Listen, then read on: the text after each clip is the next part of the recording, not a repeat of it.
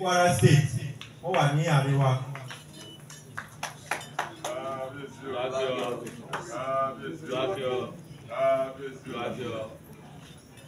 Màá tẹ̀síwájú láti ṣe àfihàn ọba Kọ́láwọlé Ṣówẹ̀mímọ́ olú Ọ̀túnmúdí Ẹ̀gbá.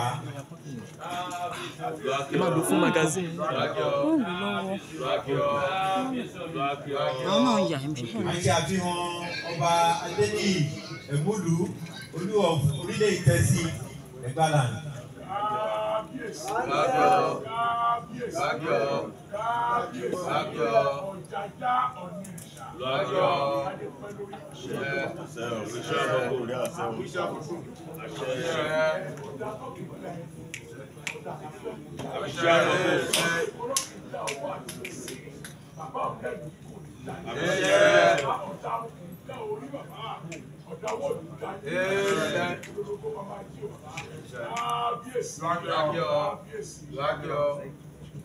A ṣe àfihàn ọba Adéwùmí Adéníjì Òdútàlà oníbùdó Ayétòrò Ọ̀tà.